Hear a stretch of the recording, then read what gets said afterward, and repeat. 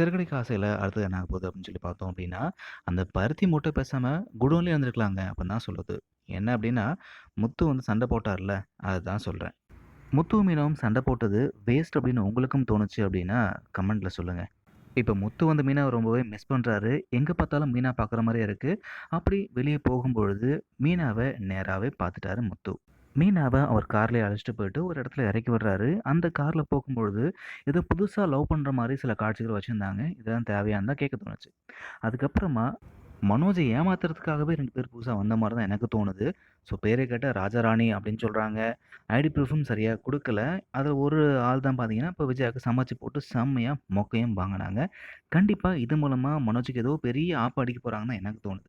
இதெல்லாம் ஒரு பக்கம் இருந்தாலும், இப்போ சீதா வீட்ல இருந்து முத்துவ விருந்துக்கு அழைக்கிறாங்க. அந்த விருந்துக்கு முத்து போவாரா? என்ன ஆக போகுது அப்படின்றத வெயிட் பண்ணி பார்க்கலாம். இந்த வீடியோ பத்தின கருத்துக்கள கமெண்ட்ல பதிவு பண்ணுங்க. இந்த வீடியோ பிடிச்சிருந்தா லைக் பண்ணுங்க.